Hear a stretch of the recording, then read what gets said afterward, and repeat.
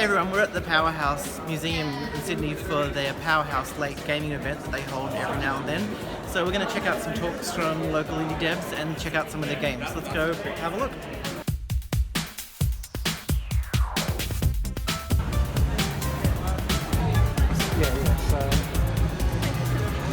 First game is a little game called Pebble Witch, where you have to help rocks through crises. And our second game, Queen and Peering into a Rock Pool.jpg, came out mid last year. We really enjoyed having experiences just where we could scream and solve puzzles and have a shared experience. So there were two inspirations, which was Devotion by the Taiwanese developers Red Candle, and the Mortuary Assistant, which had really good mundane activities, checkboard kind of stuff thrown in as well, which we were drawn to because we love the mundane. And so the next step, we were looking for an inspiration because we wanted something that scared us in our everyday lives and our real terror. And this is what inspired it. That's in our bedroom of our rental, long-term renters. And this crack has just been getting bigger for months. So the one on the right that was taken this morning, so it's getting bigger every day, you know. It's set in a queer share house. And you're basically being haunted. Well, you sign a new lease, and that kind of shakes the devil that is DeMornay, who's a faded TVSN star, and Slumlord, and a witch. And you start recognizing that maybe she wants a little bit more from you than just your rent. It's set in. If you're a Sydney-sider, you might recognize this on Abercrombie Street. This is a house that we lived in for far too long. Much too long, yes. And some of these stories are just, we realize we've had a really good time in comparison. Yeah, so we really want that variety of tone where it is funny and it is horrible, but also, it just has a variety of feelings because when you're in a horrible situation, it can also be really funny and stupid and absurd, and we really wanted to have those things together. And we really miss the horror of like 80s and 90s with like Poltergeist and Beetlejuice. They are huge tonal references for us. And so we just really wanted to keep it light because who has the capacity for actual trauma horror? I don't know how anyone does it. But you can talk about serious and horrifying things while having a great time. And so this was kind of how we ended up coming to the presentation of these stories. So we have the story that we want to tell. The driveway had been sectioned off and there were men in hazmat suits walking up and down. And it turns out no one had thought to tell the tenants of the apartments that there was a major asbestos removal happening at that time. Yeah. Cool. So it's good, and I know there's the Ship Rentals website now, so I feel like we're part of that this growing wave of renter fury. There was a small moment a few months ago where we feared that maybe this wouldn't be relevant by the time the game came out. So sorry, it's still relevant. Part 1 ready for release mid next year, so keep an eye out for it. Thank you very much. I currently work at Vision Australia as a digital content manager. I also produce music for Braille, large print, other accessible formats.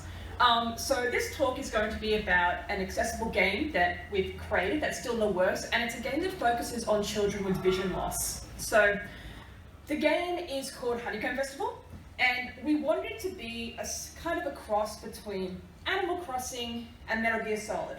So the first idea was Teddy Gear Solid, where we tried to get something down like that, but that didn't work. So in reality, Honeycomb Festival is a very simple 3D adventure game for people with vision loss or who are blind and vision impaired.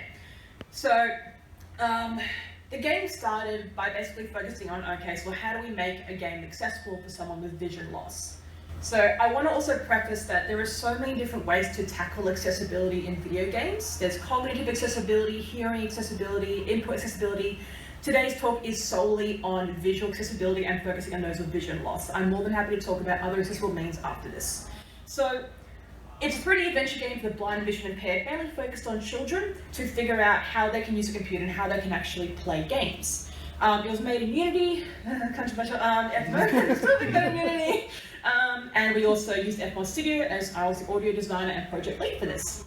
I want to talk about 3 main accessibility features we included, which is binaural audio, high contrasting colors, and human elements. So the first thing we did was binaural audio. So binaural audio is a stereo image that is recorded through a dual microphone setup. The goal of binaural audio is to replicate 3D audio effects that stimulate sound as if it's being heard live. This is actually Fmod's built-in plugin. It's the Google Resonance audio plugin, and this is what makes all sound binaural. So you've got like a bunch of different features. You've got the source directivity curve. You can change this curve by modifying it, and it kind of sharpens the parameter and allows you to create like more narrow emissions, so you can get really pinpointed into where your audio source is. The most important thing we used was occlusion.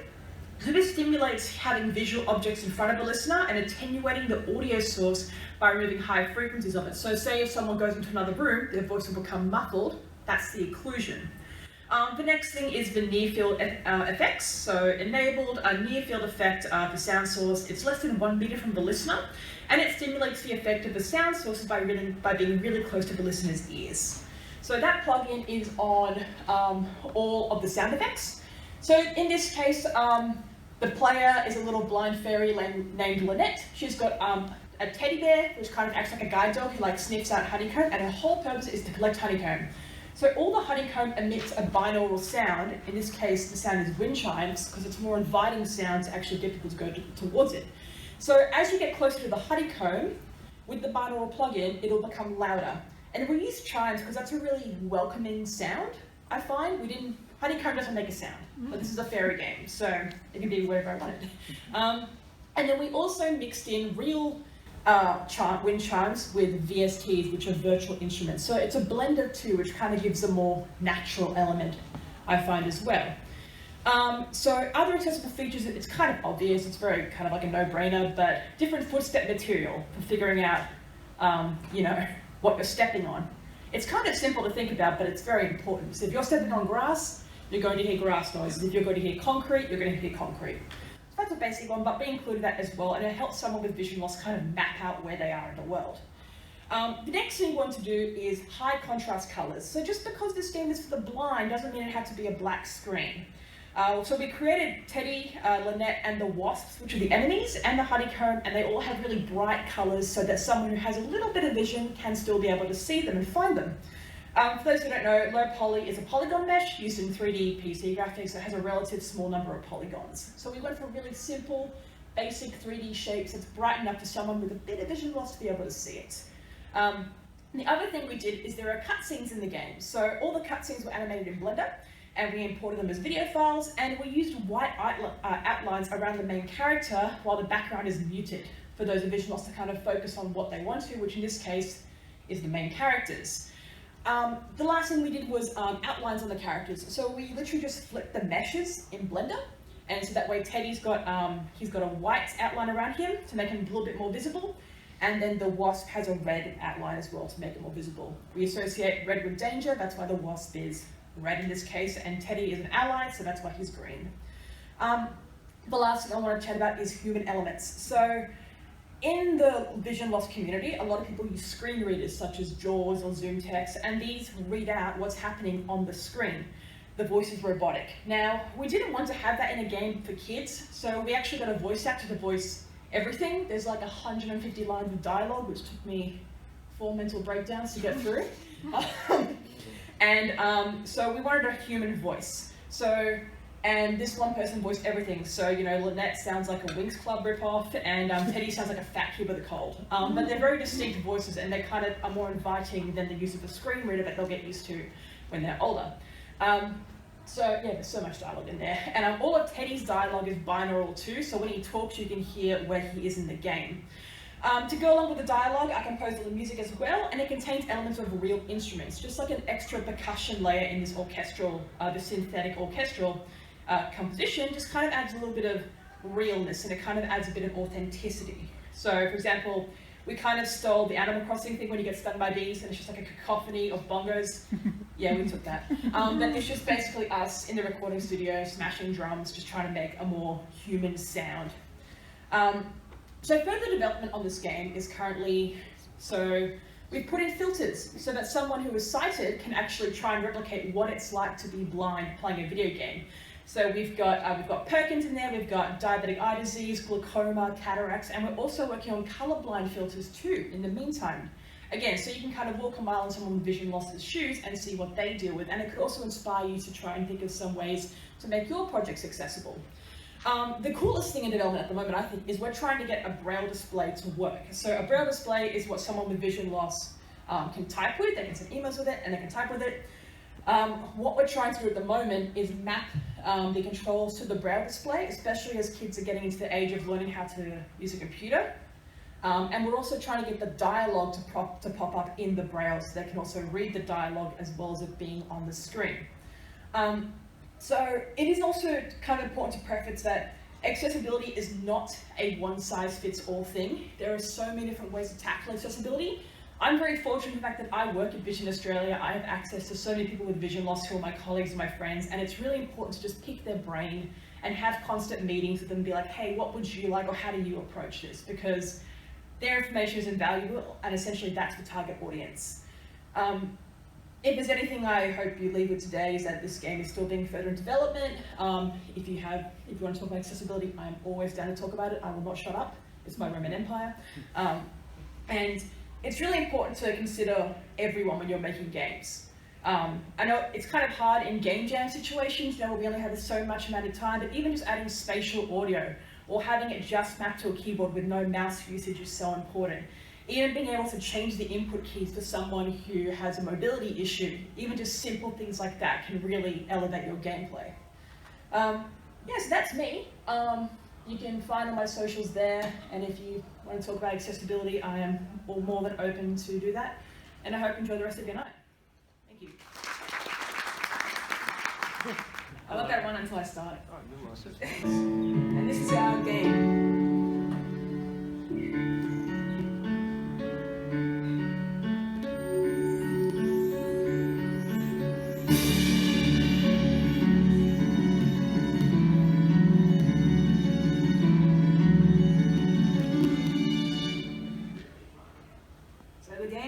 Ailuri, and it's based around endangered animals. That's why it's about animals. And so yeah. There are many types of 2D games, from top-down, isometric, platformers, point-and-click, pixel, non-pixel. The genres go on. How to use 2D animation in games ranges from just UI sprites to fully rendered 2D games. There are many ways to implement 2D animation in games. You can do frame by frame, like in Hollow Knight, or you could do spline 2D skeletal, like Cult of Lamb. There are other ways to do this, but these are the two main ways of implementing hand-drawn 2D animation in video games. So, quick recap for those who don't even know what a sprite is. A sprite is a two-dimensional image or bitmap used in video games. They generate 2D images that replicate animations in video games. And they are also static images that can be used to decorate backgrounds and everything like that. So almost, if you think about Mario, those are sprites. The little Mario character and the background, the platforms and stuff like that, yeah. So in our game, we do frame by frame. So we draw every single sprite. So why would you use 2D hand-drawn animation? Isn't it tedious? Isn't 3D the future?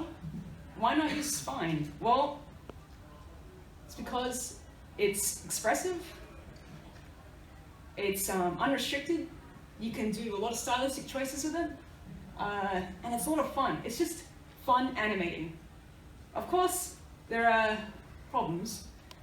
It's time-consuming. It's extremely time-consuming. Animating every frame. It can be costly.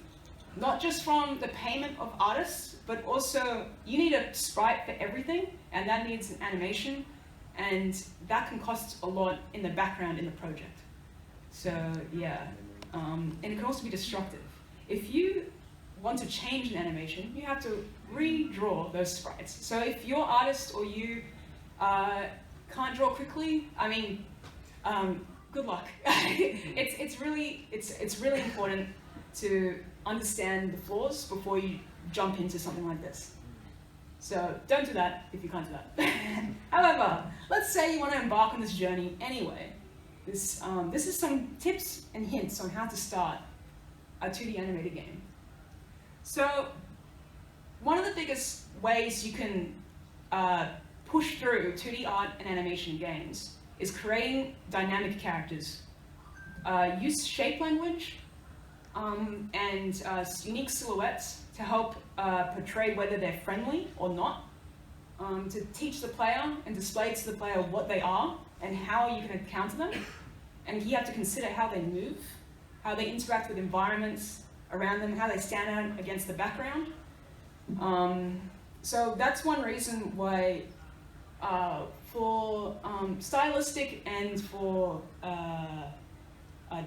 making the production faster, we worked with characters that don't have any shading on the 2D sprites. So it helps them stand out against the background, which is completely painted, but we save a lot of time not having to animate shading all the time.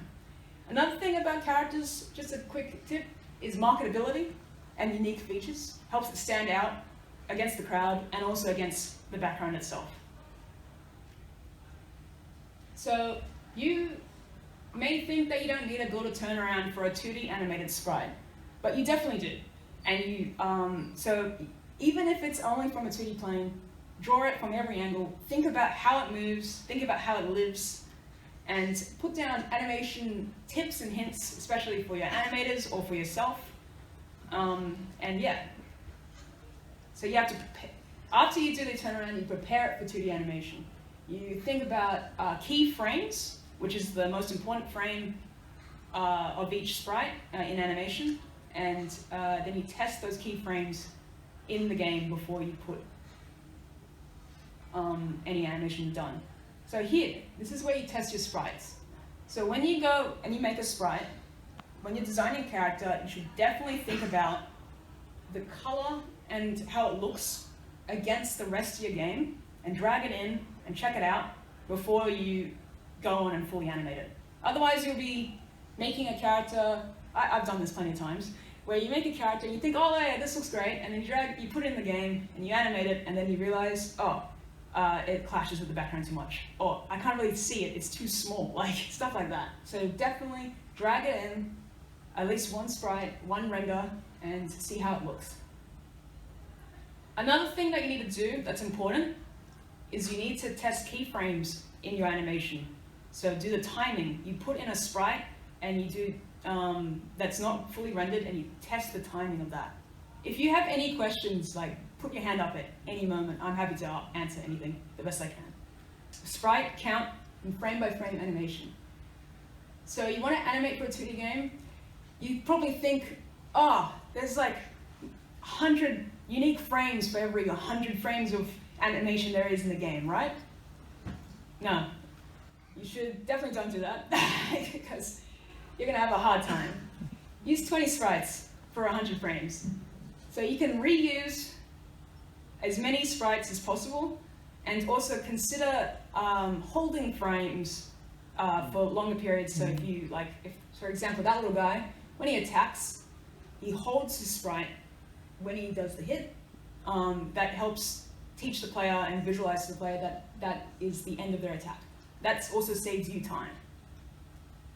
So another thing here is that you can design your characters in a way where you can really show off as much animation as possible, as much movement, to really give it more expression. So these are only 4 frames of animation, but I considered every part of the body and then moved it in a different fluid way, so it makes it feel like there's more into it than you think. Yeah, what's... Weird question, because I haven't done animation in a while, but yeah. Did you draw each of those things time and time again? Like, so you drew each part individually, or did you draw the entire thing 4 times for the 4 frames? For the testing part on the left, each of those green part, like every colored part, is a separate layer that I moved and shifted to test where it should move. and then I drew those 4 frames at the end, the line art, on the same layer. But you can also do it separated, but I find that drawing on the same layer is faster. And yeah, so I drew 4 frames individually. That's hand drawn frame by frame. Yeah. Cool. So the process of animating frame by frame. So there are the 6 frames for this animation. So I drew each one of those in Photoshop, and then I made those individual sprites. And then you export each of them in a sheet. There are many quick ways you can do this. There's a lot of third-party plugins that you can use to export them out together, or you can compact them and stuff like that. You should definitely check it out. There's a few out there that are really good. And from there, you set up the animation state. So here it is, implementing your animations. So once imported, you set up the frames by bringing them in the individual animation state, and you can adjust the timing. So if you find that in your game, for example, you want your character, when it dashes, you want it to hold a frame longer than you did when you did the original animation. So you can just move those little diamond slider things and adjust the timing there. And you can give it spaces. This is an example of sprites used in the dash in Ailuri. But the one on the left was the original, but we decided to go for the one on the right. So I had to reanimate those frames. But those last 4 frames at the end are actually repeated. So it saves us a little bit of time, cost-wise and also production-wise. So yeah, reduce, reuse, and recycle as much as possible. I guess think more ahead about how you could reuse certain ones. So these are from, those first 3 in that dash, attack is from a different animation entirely. And those are repurposed sprites from another animation in the game. So we repurposed those ones to fit into a new type of movement in the game. So, does anyone have any questions of the previous slide about sprites and animating characters? Yeah? Could you give us a few examples of the plugins? Plugins? Or, okay. Sprite sheets? All right. For sprite sheets? All right. For sprite sheets, there is actually a sprite atlas compactor inside Unity, and that you can drag any of your sprite sheets in, and it will just compact it into you can do 2x2, 2K by 2K, 1x1, whatever is best for you. Funnily enough, I actually export everything manually. Don't do that. But as you can tell, I also animate in Photoshop, which is something you shouldn't be doing. But I do that for sprites because I find that using their frame by frame sprite timeline in your Photoshop kind of is just efficient for me. I don't know why, because you can separate each frame into you can have hundreds of layers. I'll show you. Let me go back.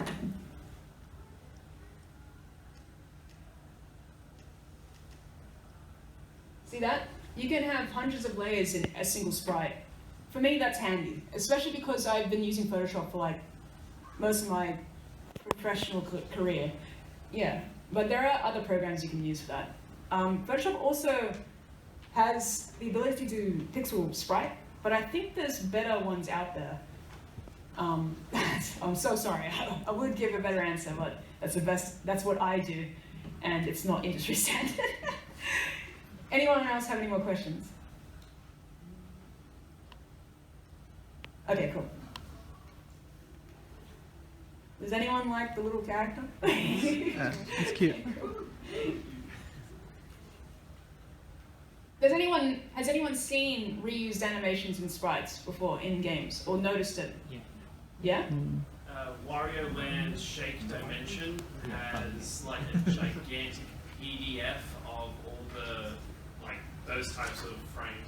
Yeah, yeah. And you can see that sometimes they must reuse some for the squatting, and then they do it for the charging and stuff like that. Yeah, it's all about efficiency. Reduce, reuse, and recycle. Okay, so there's one more thing. I thought I would have less time, but I am breezing through this. Okay. Creating and animating effects in games. These are a few more tips on adding effects in hand-drawn animation for video games. So special effects can be animated in a separate sheet and then applied through the engine as a separate object.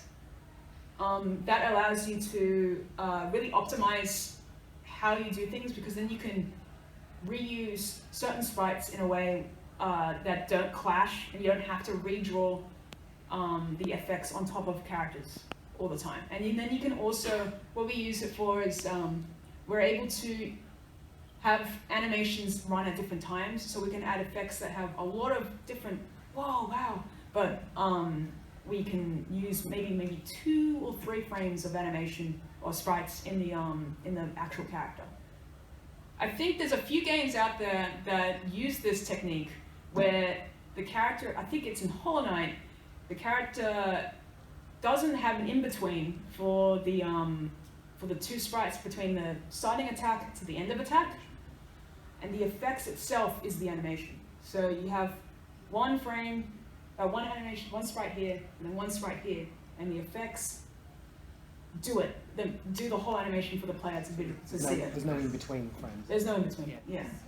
So it makes it snappier. That's really important for video games. You need to be able to, when you put an input in the game, the player needs to be able to see what's happening. So effects is really, really important. You need to make it as big as possible, as like flashy as possible, if that follows a solid game. But as much as, if you do an action, the player needs to see what action you're doing. Another thing is that when you're animating it, the effects, it's good to use the character's animation as a reference. So if you are animating in Photoshop, for example, put the effects on top on a separate layer, and put the character that's being animated underneath as well. Yeah. So these are the final results. So yeah, check it out. It's you add lots of things like camera shake and particle effects and stuff like that when you implement effects into a game. And yeah, it's pretty fun.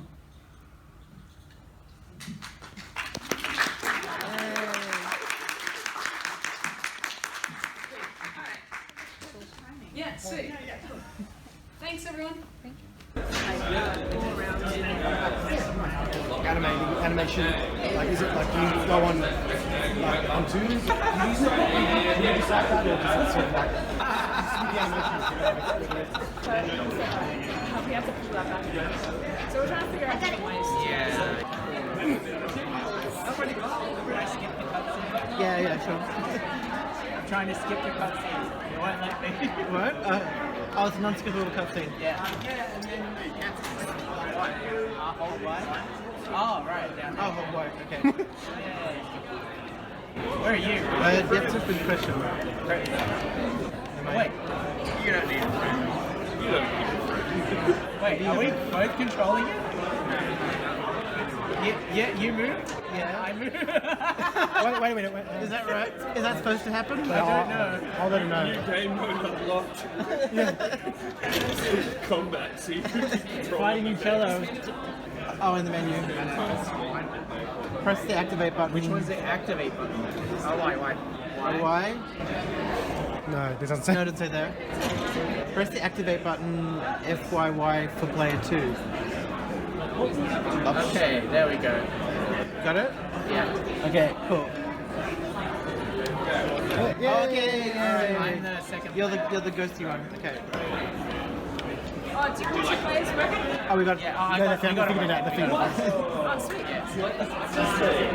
Okay, so attack. That's bad. We like How do we not die? Yeah.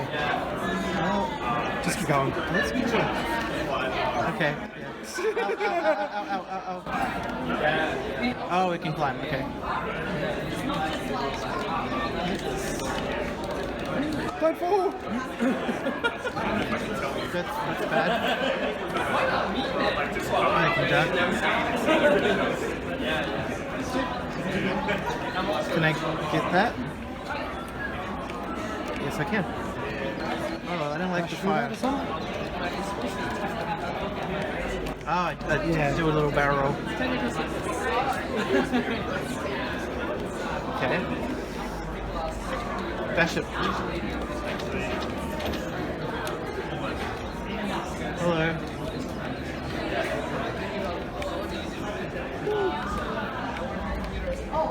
I don't know what. Oh, I can do it. Kirby head stomp. Oh, no, that's bad.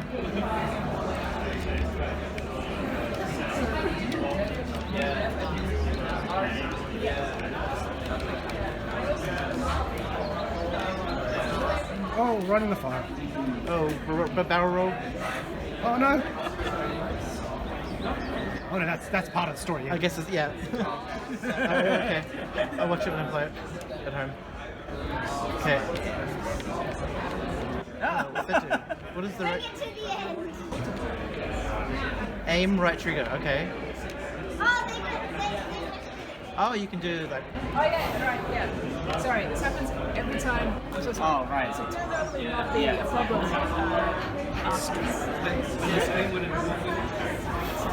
Oh, okay, right. Ah. And then rejoin. Got it. All good. Then resume. Keeping you busy, mate. Keeping you busy. Okay. Resume. Okay, so that can be two little. Oh, okay. Oh, okay. You can angle it. Boing. Boing. Oh, so you have to swing up. Oh, right. Oh, of course. But with that. Oh. I see. Okay, cool. Aim. Oh, okay. Got it. Cool. Oh, there's a thingy. It took them so much less time to figure that out than it would give. Now they No. because everyone now knows they can just climb with it. Give me back my thing. Oh, okay. Oh, what if two players? Oh, no, come back. Oh, no, why? Up. Now I gotta swing. Bring it sideways. Fire out. Come back.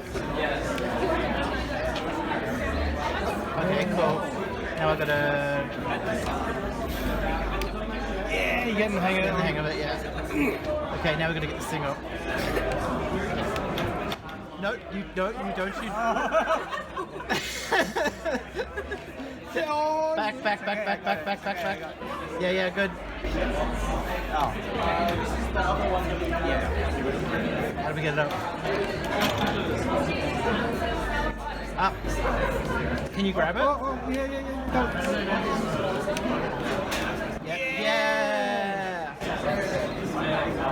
Okay, we got this. Really, it's reminding me. Uh-oh. Is it supposed to go? Oh no! No? Getting over. Okay. It's got to go somewhere.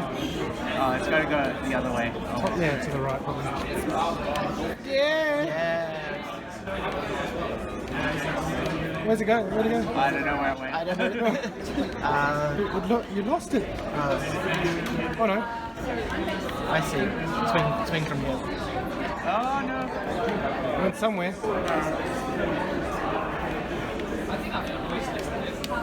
It's down here. Oh, down here? Oh no. Yeah. Oh, don't hurt yourselves. Bring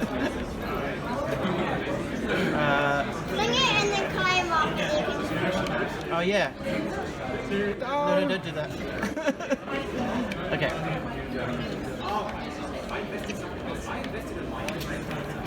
What's that do? Oh, hello. Hello. Oh, damn, Bastion. That's cute. Okay.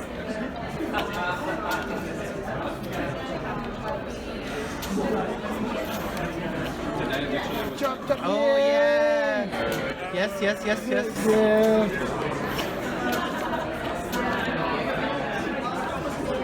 we're supposed to take it down here.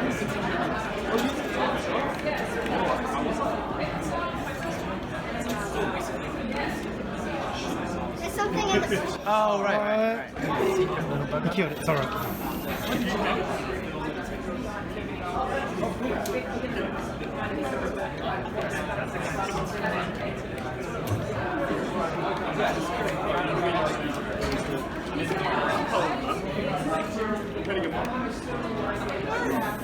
Okay. Stuck.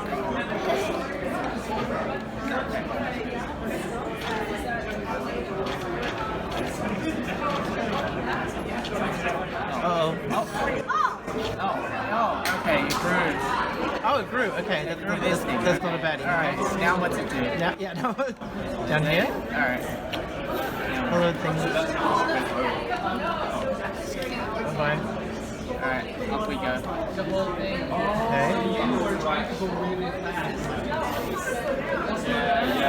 Can we... Oh, we can do the thingy. Not there.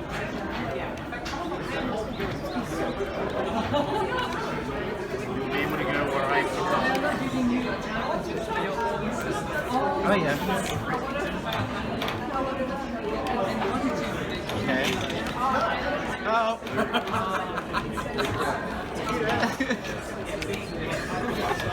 Good luck.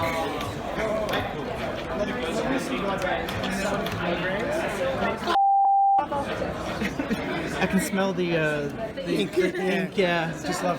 Inge. I am the art director for Lemonade Games here in Sydney. We are working on a game called Mystiques, which is a haunted antiquing game. If you were here at the last Powerhouse late night gaming set, then you may have seen our demo that we were showing. But anyway, this isn't about Mystiques. This is about a side project that I've been working on for the past 3 months, and it is a cat cafe that I have made inside of UEFN. I don't know if some of you are asking why I did that, but if you are, then I will tell you. So what is in this talk? I'm going to cover a bit about what UEFN is, for those who don't know. I'm going to talk about the cat cafe and what was involved with making the cat cafe itself. I'm going to say some of the cool tools and tricks that I learned along the way. I'm going to briefly cover how to publish your game, but probably not that much. If you actually want to know about what goes into the actual publishing part, please reach out to me and ask, because I have a plethora of knowledge on that now. And there will be cats. So, let's start at the very top. What is UEFN? So, UEFN stands for Unreal Editor for Fortnite. It is the Unreal Engine 5 user interface and is integrated within the Fortnite creative game platform, which basically means that you can use Unreal Engine 5 tools to make a game and then publish it onto Fortnite. This little video that we've got going on here is what you can expect after you publish your game, and where your game will end up is in this list.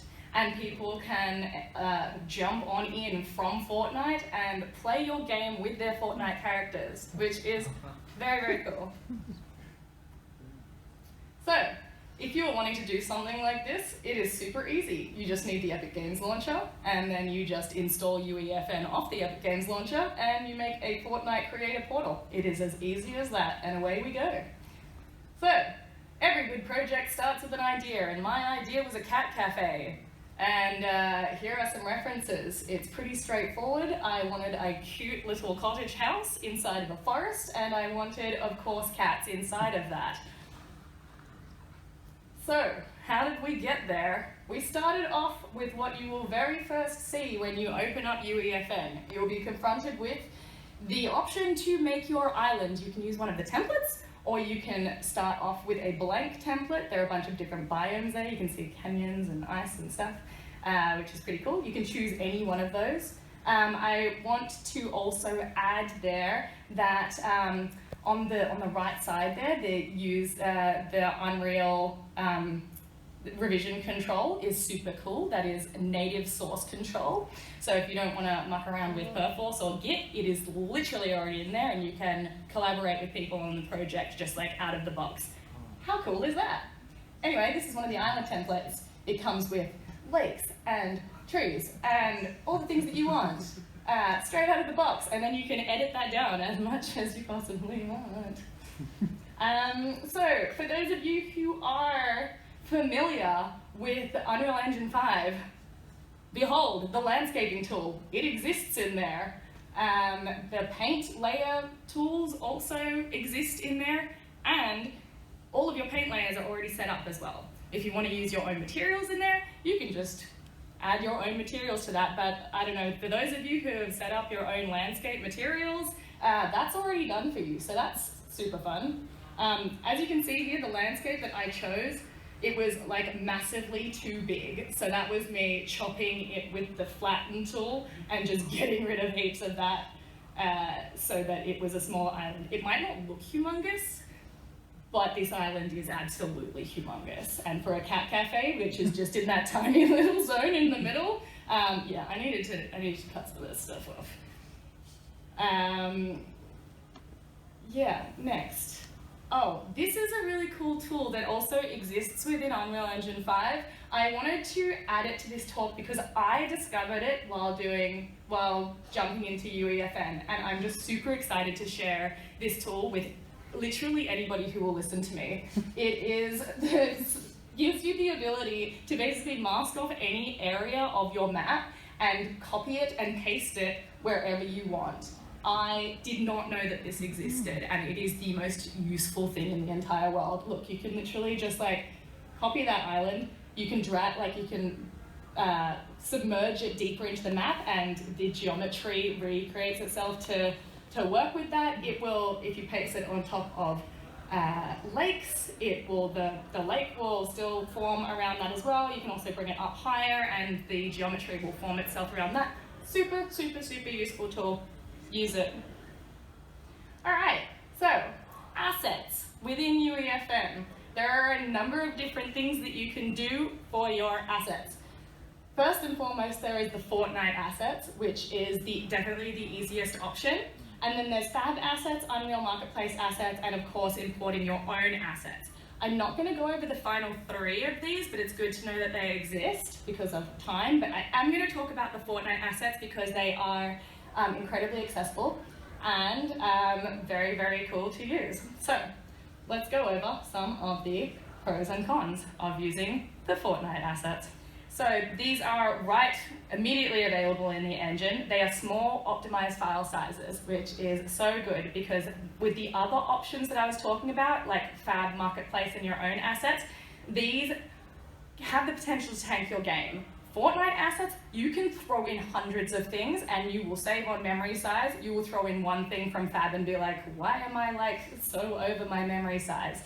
So absolutely use Fortnite assets. The other cool thing is that they come in bundles and prefabs, which I'll talk about in the next slide a little bit. The cons though is that they can't be used in the foliage tool. For those of you who know what the foliage tool is in Unreal Engine, it's basically so you can like paint trees and environmental stuff. The Fortnite assets can't go into that. You have to use your own assets for that, but that's fine. And you can't edit the meshes or materials as well because they all come pre-baked, which is a little bit annoying. They also can't be exported. That's the same kind of thing, like don't muck with the Fortnite assets sort of thing. But you know what, there is such a big database of assets in there that it's totally fine. And if you want something bespoke, you can get it elsewhere. So these are the prefabs. As you can see for my game, I chose 2 different prefabs. I've got a Spooky Mansion prefab and the Princess Castles, and I have kind of dragged them both into the scene, and then picked them apart and merged them together to make what I wanted. And by doing that, I utilized Fortnite assets, but I made something that does not look Fortnite at all. So that's a really fun way to customize your game whilst still using the best tools that are available to you. Water is very important in your maps, and it's very important to exist. Stay hydrated, everybody. So there is obviously the ocean that your map will start with, and it's really cool because you can edit like the size of the waves and the height and the depth of them and everything. But what I was really excited by is the lakes and rivers, also a Unreal Engine 5 thing that you can use. They all come as splines, so you can just drag and drop them in, add more points, move them around. The landscape will adhere to wherever you place them and everything, so they're super easy and usable and very, very fun to work with. There's also, I should note as well, a very cool aspect to that is that if you put a river and a lake next to each other, they will actually merge together and will not be affected by like swimming through it or dragging a boat through it or anything. It will become one body of water. Very, very cool. There's also waterfalls and particle effects literally just in the thing. You can just drag and drop that stuff in and it looks great. Here's a little sneak peek of what the river that I made looked like after I set dressed it and stuff. Super pretty. So, lighting. I'm not going to go too deep into lighting, but there is a time of day that is just natively in there when you switch it on, and that will just light cycle through a day and night cycle, which already looks wonderful and already uses like a stock standard Unreal Engine skybox and everything, and it looks beautiful.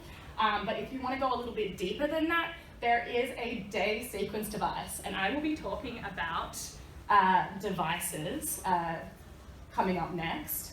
But basically when you drag in a day sequence device, you can manually, as you can see here, the sky is purple. I manually put in the different gradient points of the colors into that to make it look as it does. And then you can also set that to dynamic to cycle through day and night, and then you can also set the time to static so that it stays exactly how you want it, which I did for my game because I used a lot of post-processing volumes, and by it cycling through day and night, that affected the post-processing. So especially at night, some of my darker zones ended up being very, very unreadable. So that is available to you.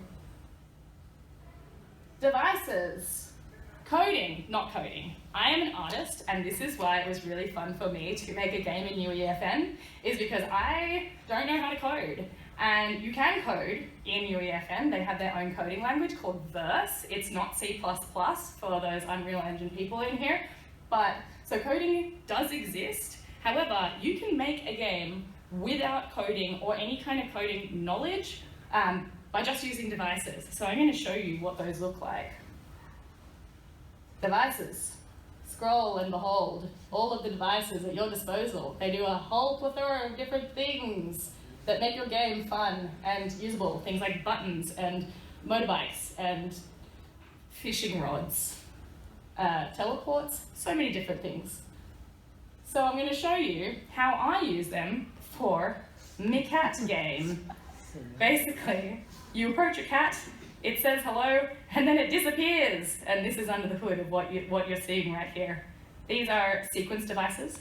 I've plugged my animations into here. So one of them is the idle animation outside. The other one is the idle animation in the cafe for when the cat gets teleported. There is a button here. So when you approach the cat, a dialog box comes up and there is a, would you like to send the cat? And you say yes. And then it goes. There is this is the accolade device. Which basically in Fortnite means that when you get the cat, you get XP within the game. And then there is a particle effect there, which you can actually make your own Niagara systems and you can plug them into the particle effect system. It basically just means that you can use this device to call to a particle effect instead of having to code that in. Super useful. There's also a dialog box there, and then there's a HUD. The one that it's clicked on right now is a global HUD device. So when you get the cat, it says, this cat has been found, and everybody knows that cat has been found. Global alert. So here are some of the fun devices. I just wanted to show you that you can use to spice up. You're not supposed to get ammunition. That is not a part of the cat game. I can't switch that off. Everybody can know that. There are grind rails. If you are worried about the speed of getting from A to B, there is a... She'll get in there eventually, don't worry. There is, air vents. Woo. What else have we got in there? There's vehicles. Oh, here we go. There's a zip line. This was for a design, not a design flaw, but I definitely got over to one side of the map, and it took a very long time to get to the other side. So I thought, how can I make this easier? Zip line's the answer. Also, there's motorbikes. You know, I really just threw everything in here. I wanted to know how everything worked. There's so much going on the cat island. And there's chickens. I put chicken spawners everywhere. There's chickens all over the island. The wildlife spawners are really cool though, because it's not just chickens, there's also frogs and wolves and different things. So you can cater how many and what kind of animals you want all over the island. It's brilliant. Oh, and here's the trailer. So, yeah, when you submit a game, they ask you to submit a trailer. So of course I went really extra.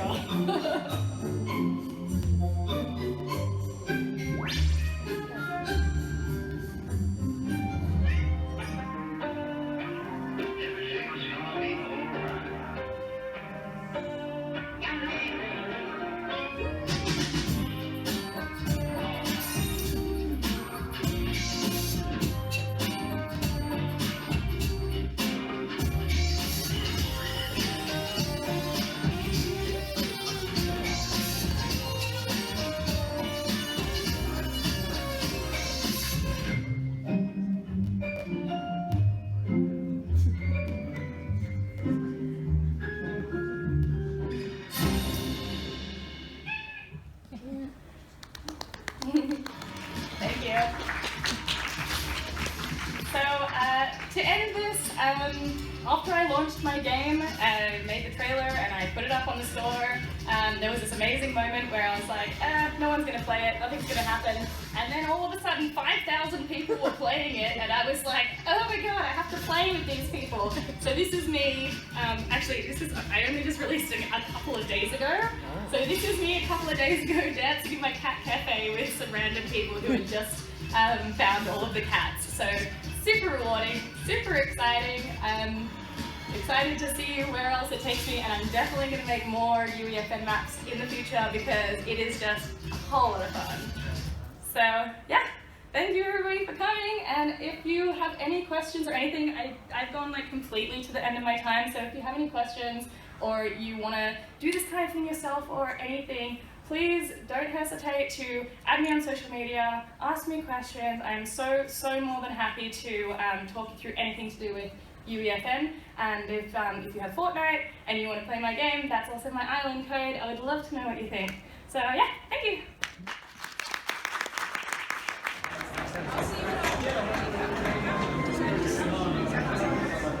I want to see the game. Yeah, this one, yeah, very cool. Okay.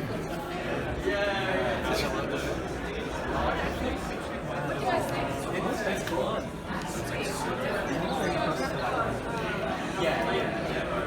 Oh, okay. Cool. Kill the mushroom. You don't mind taking Sorry, I was getting confusing with no, could you mind taking your hoodie off? Makes you look like a hacker man. Hacker man. Hacker man. He's the most powerful hacker of all time. I was getting confused with because I use the PlayStation controller, so Xbox. Why can't they unify the controllers?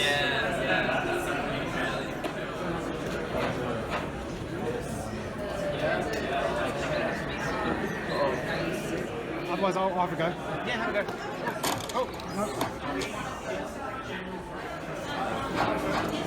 Attacking the little nodes. Another node up there. Somewhere. Yeah. Ah. Back the mushroom. I'm not liking that.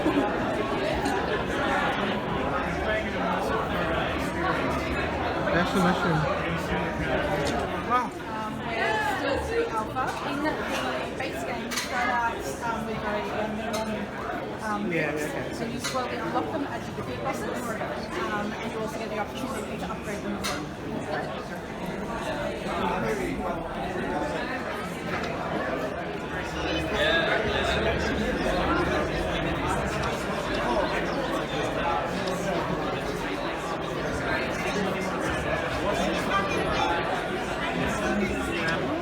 Like the Art Deco Theatre.